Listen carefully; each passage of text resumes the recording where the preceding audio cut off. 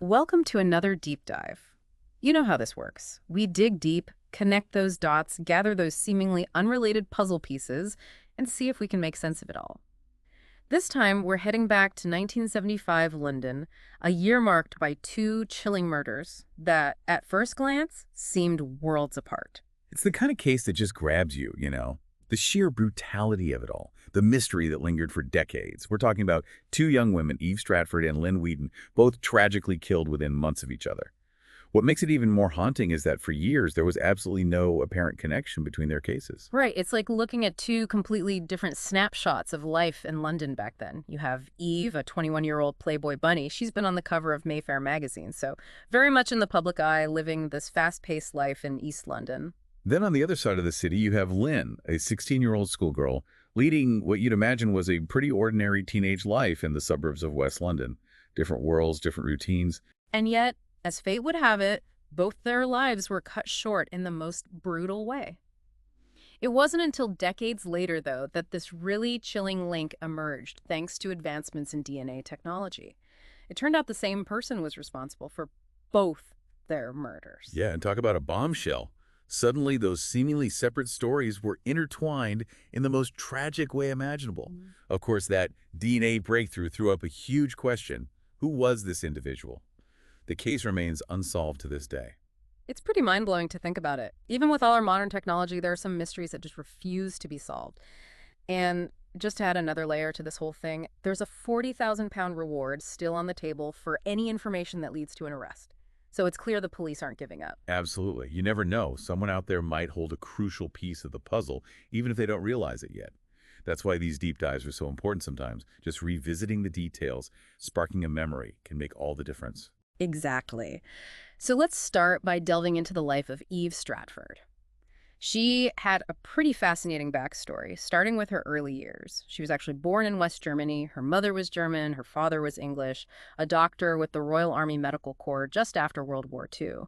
So she had this really interesting international upbringing. Yeah, and she even won a few beauty pageants back in Germany as a young woman before her family eventually settled in Hampshire in the UK. You can kind of get a sense of her personality emerging this striking young woman comfortable in the spotlight. Then in 1972, at 19, she decides to move to London. She goes to Leighton in East London with her boyfriend, Tony Priest, a musician, and they share a flat with some other members of his band.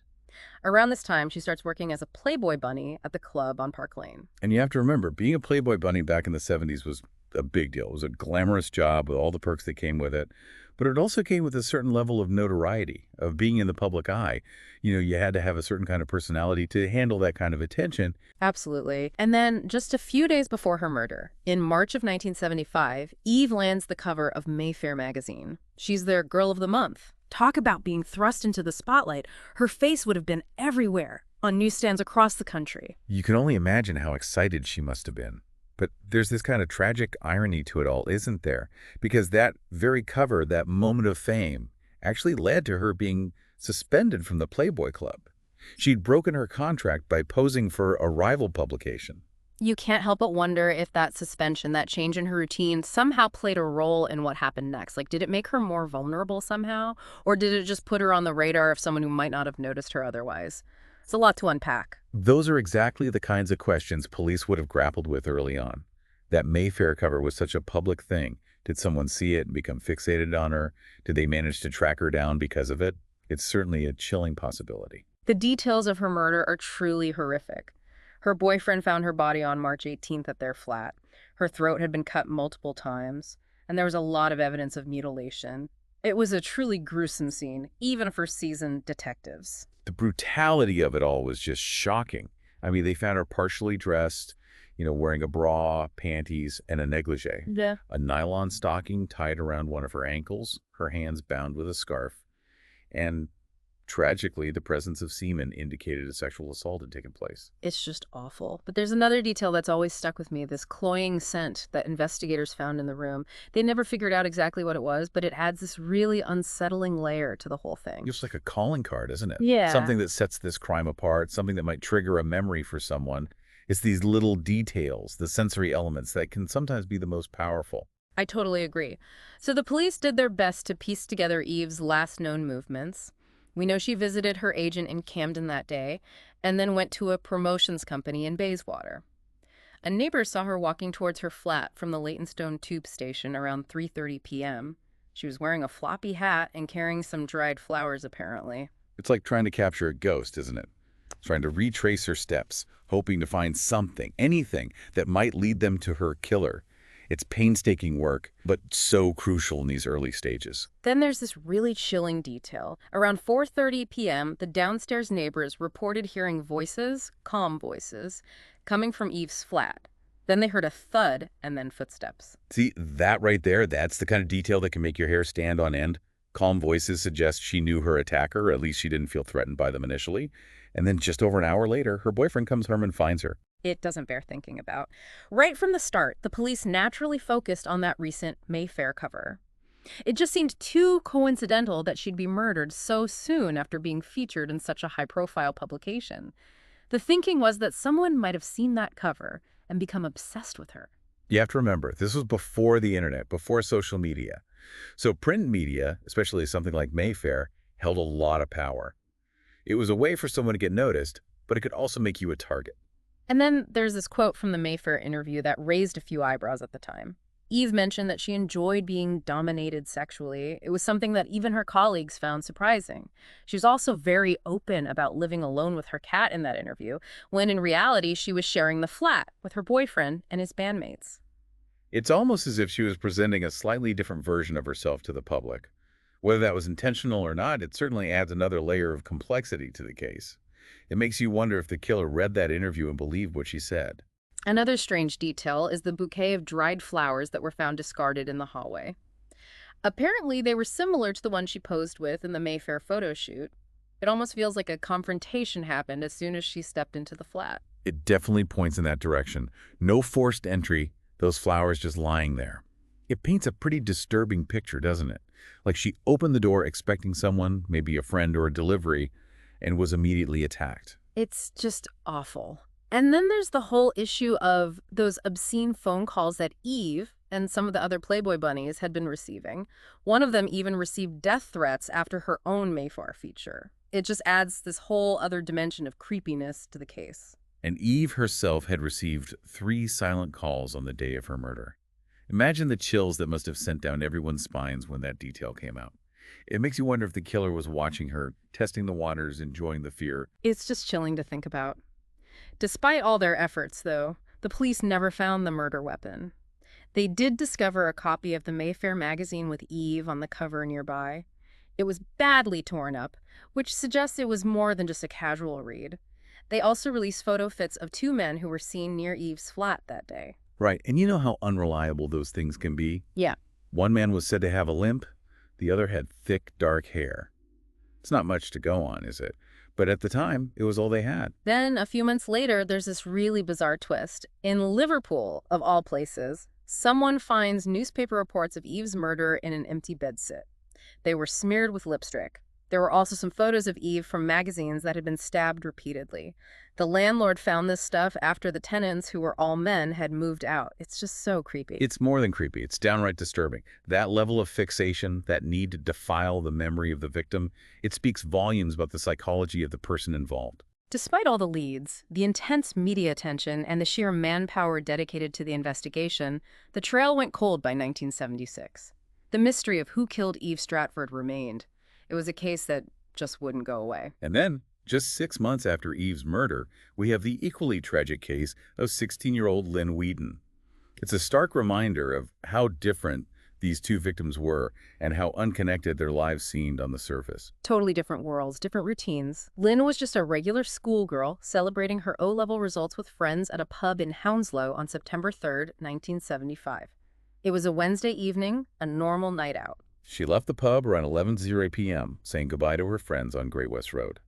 Now, to get home quicker, she decided to take a shortcut through an alleyway known as Short Hedges, which is now called School Walk.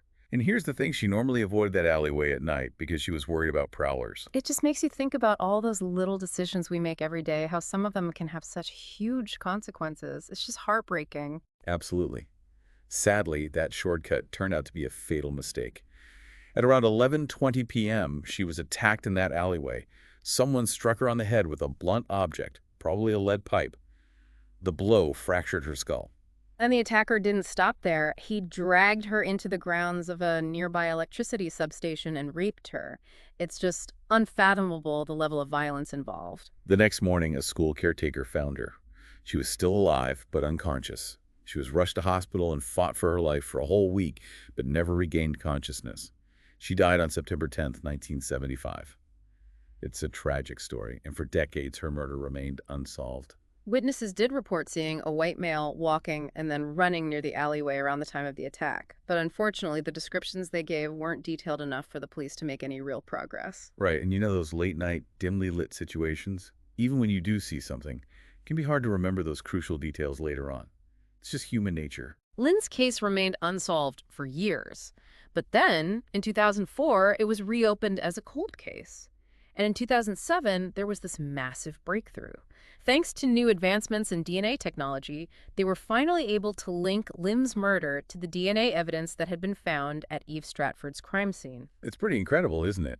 Two seemingly unconnected cases, separated by time and distance, suddenly brought together by this tiny strand of genetic material. It just shows you the power of science and how it can rewrite history, even decades later. So naturally, the police reopened Eve's case too. They went back and collected DNA samples from 16 of the main suspects they'd considered over the years, but none of them matched the DNA from the crime scenes. Talk about a frustrating turn of events. It meant that the person who did this had probably never been on their radar at all. It was back to square one, in a sense, but now they had this crucial link between the two cases. They featured both murders on Crime Watch in September 2007. During the program, the police confirmed the sexual motivation in both attacks and revealed that the killer had brought a weapon to each scene and then taken it away with him. So we're not talking about some random opportunistic attack. This was premeditated, planned out.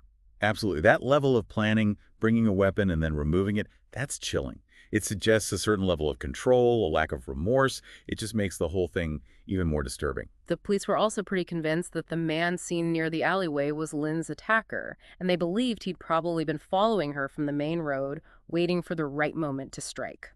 It paints a really grim picture of someone lurking in the shadows, watching, waiting. It's the kind of detail that can really make you feel uneasy, even all these years later. And with two such brutal murders committed within just 6 months of each other, the police started to think that this wasn't just a one-off thing for this guy. They suspected he might have committed other crimes, both before and after 1975. It's a chilling thought, isn't it? Someone capable of such violence walking among us, potentially hurting other people. The investigation, which was codenamed Operation Stealth, continued to look for any possible connections, any missed clues. He just wouldn't give up. And in 2015, on the 40th anniversary of Eve's murder, they launched a fresh appeal for information. They increased the reward to £40,000, hoping that someone, somewhere, might finally come forward with something that could break the case wide open. And one of the things they focus on was the possibility that the killer might have been in prison for other crimes between 1975 and 1995. This was before DNA collection became routine for those arrested, so he might have served time without his DNA ever being entered into the national database. It's a really clever angle, isn't it? Thinking outside the box, trying to figure out how someone could have gotten away with these crimes for so long. They also said they believe the killer would have had local knowledge of the area where Lynne was attacked. Right. That Short Hedges alleyway wasn't exactly a well-known shortcut. You'd have to be familiar with the area to even know it existed. So they were basically looking for a white male, aged between 17 and 30 in 1975. That was a pretty specific demographic. They specifically appealed to people who might have worked with this guy: psychiatrists, probation officers, prison guards, anyone who might have heard him confess or even just hint at his involvement in these crimes. The lead detective even said it was inconceivable that someone could have kept this kind of secret for so long. It makes sense. The burden of guilt, the fear of getting caught, it can eat away at you. It can manifest in all sorts of ways.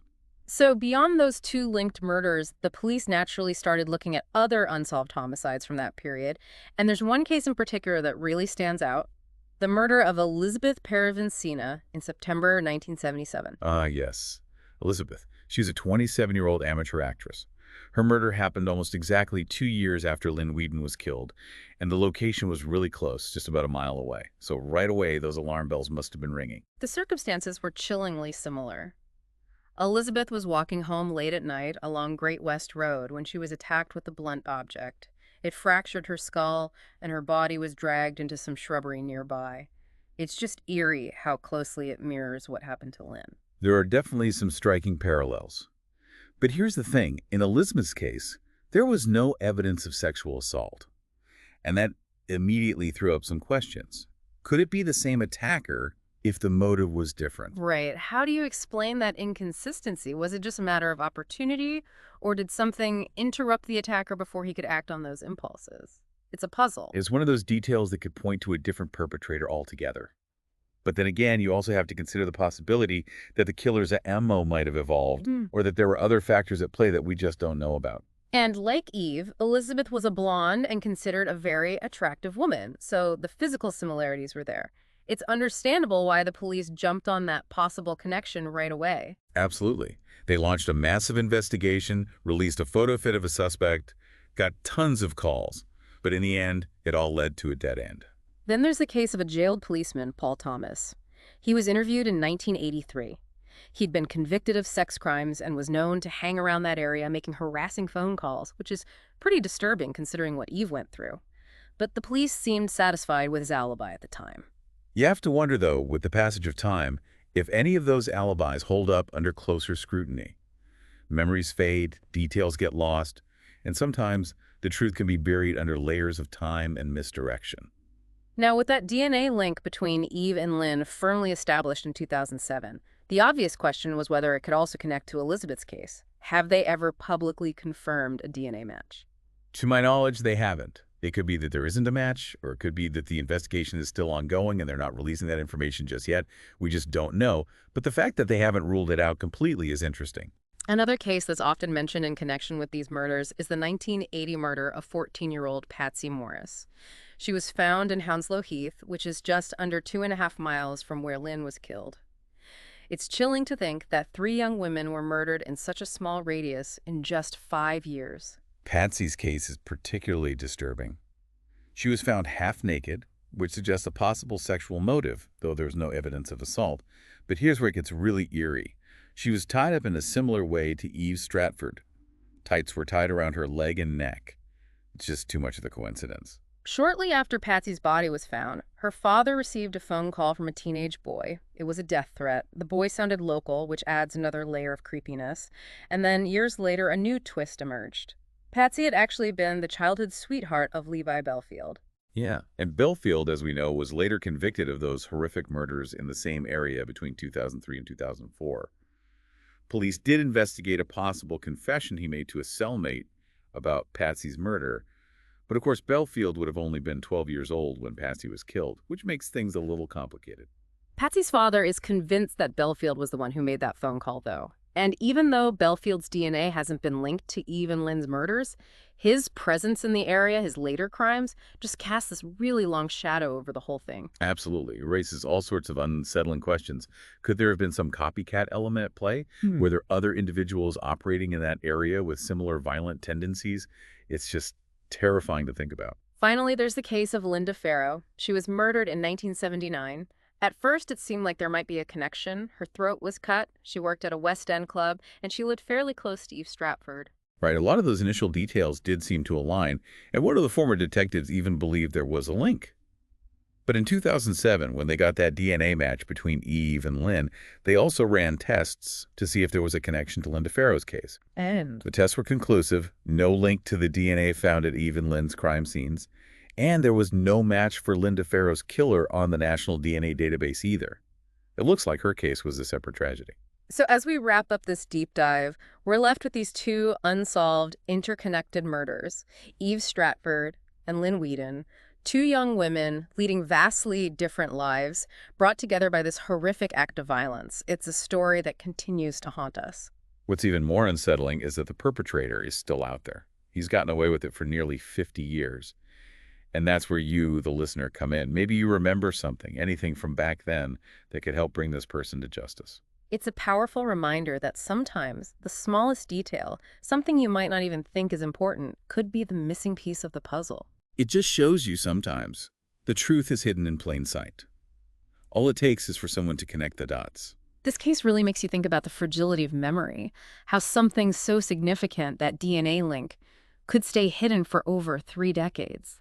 What will it take for the truth to finally come out? What tiny detail, long forgotten, might finally lead to justice for Eve and Lynne?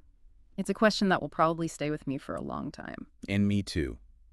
These cases are a stark reminder that the past never really goes away. It's always there, lurking in the shadows, waiting to be unearthed.